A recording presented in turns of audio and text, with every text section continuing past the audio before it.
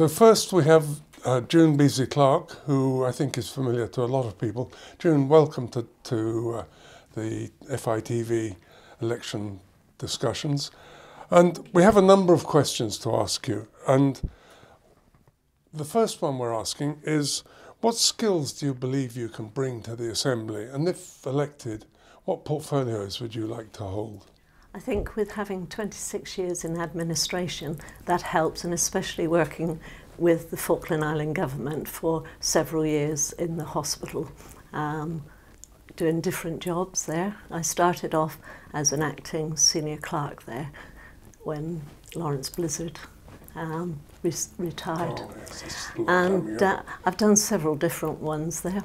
So I think I've got a knowledge of how the Falkland Island government actually work. All right, and what portfolios would you? Well, I would like the medical one because I know more about that, but also the education one. Right. I'm very interested in, because our infant and junior school has been bulging at the seams for years, and several of the Assembly members have known about it and done nothing about it, and I would think that is the next priority on our list, I think. Okay. June, what are the main issues you think to confront the new Assembly? I think the port. I think we have to revisit the port. The costings has not been made known to the public, and I think by revisiting the whole thing, it will give all members a chance to see what has been going on, and also to let the public know what the cost is. I've heard several millions of pounds being thrown around, and I think if it's that cost, we have to look again, because we cannot keep on borrowing money and dipping into our reserves. We're only a small community. Our fishing industry, if that is damaged in any shape or form, our economy goes down.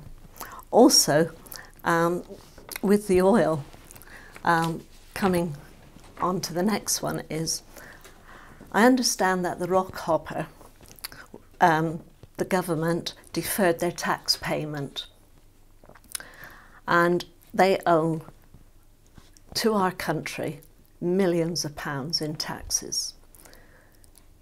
If that's the case, at the moment they're having difficulty trying to get a partner.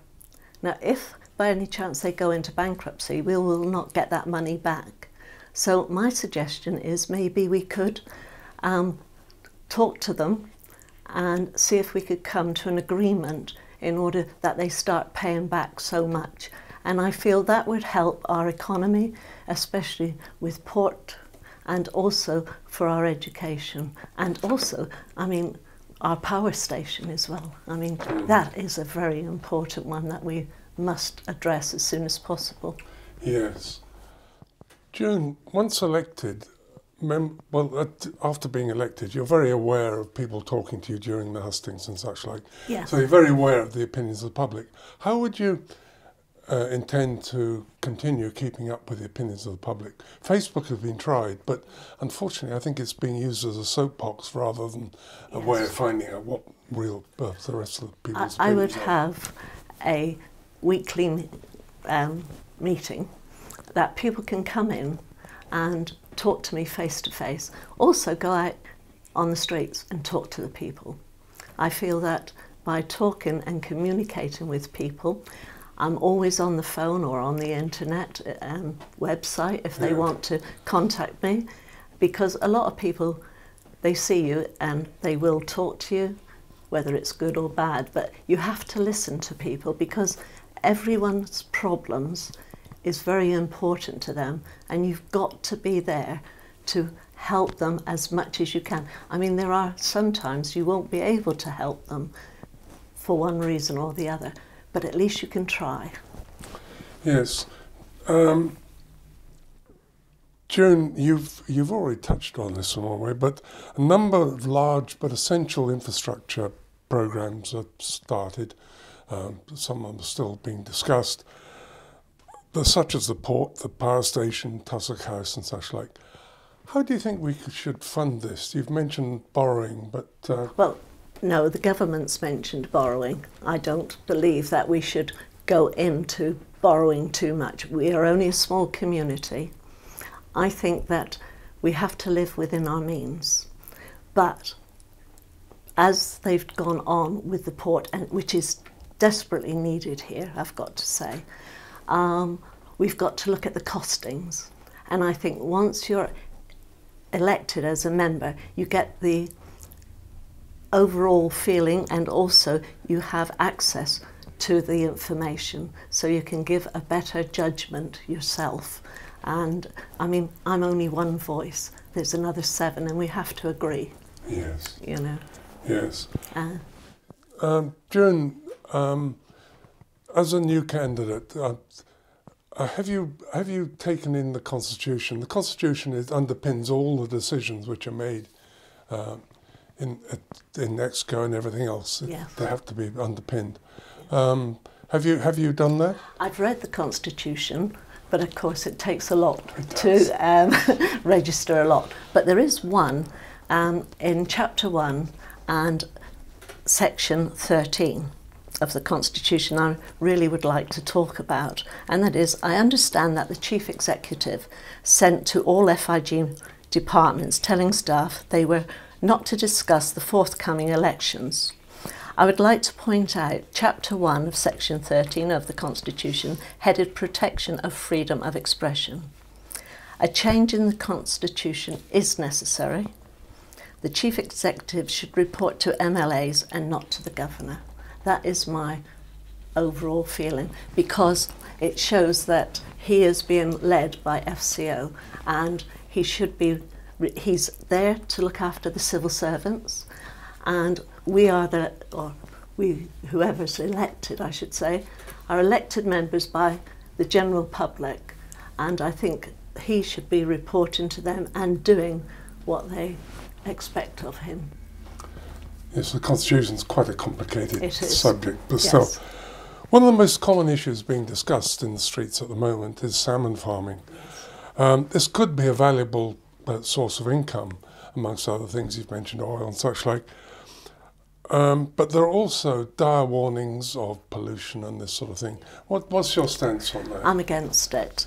I have stated in my manifest that I am against it for the following reason: water pollution from pesticides and organic waste, disease and parasites such as sea lice. This can spread to local wild fish population. And this, of course, can be a problem for the future of our wildlife and our fishing industry. And for that reason is why I'm against the salmon farming. Thank you. Communications on the internet is another issue which a lot of people talk about at the moment, both in Stanley and Camp. How do we deal with this issue? I think we have to look at Starlink and any other modern. I'm not a real telecommunications person, but Starlink seems to be quite popular, and it is for small countries. And if they go along with that, it would help the whole of the community, the camp as well as Stanley, because at the moment, although Shore is very good in some ways, they are not keeping up to what they have agreed to do for the camp, and we have to look after our camp people as well. Yeah. Support for camp education was an issue which was raised in Farmers Week. Seems to be a bit of concern about that. How do you see this should be addressed? Well, I wasn't at Farmers Week, so I don't know what the issues were, but with camp, as well as with any other education, we have to put our children first. They are the future of our country, and I believe that we should do as much as we can possibly do for them. They have to have the education, they have to be encouraged. And when I was working with tourism, I used to talk about the camp education, how good it was. And so I'm not sure I'll be honest, I really am not sure what's gone wrong at the moment. One of the things with our education is we don't seem to be able to retain our teachers in the senior school. So we have to address that as well, and what the reason is for them leaving. Yes, can we go over and talk about climate change? It's becoming an issue that can't be ignored these days. But what steps should the Falklands take to make ourselves more carbon neutral? Given renewable development in recent years, and it's developed in leaps and bounds really, would you support the development of the new power station being more renewable based rather than with diesel? I think we have to be careful. I believe that more to have a solar power farm would be good, and everybody, and to be able to fund that, we could put it out to the public in order to maybe buy shares from the private sector. From the private sector, yeah. And then they would reap some benefit back, as well as more turbines. I think that is one way to go, as well as I'd have to look up, like anybody else. I will do a lot of research into it, but I am very aware that we're a small community and we have to look after our country as well as the waters around it. And I would do as much as I could. Yeah.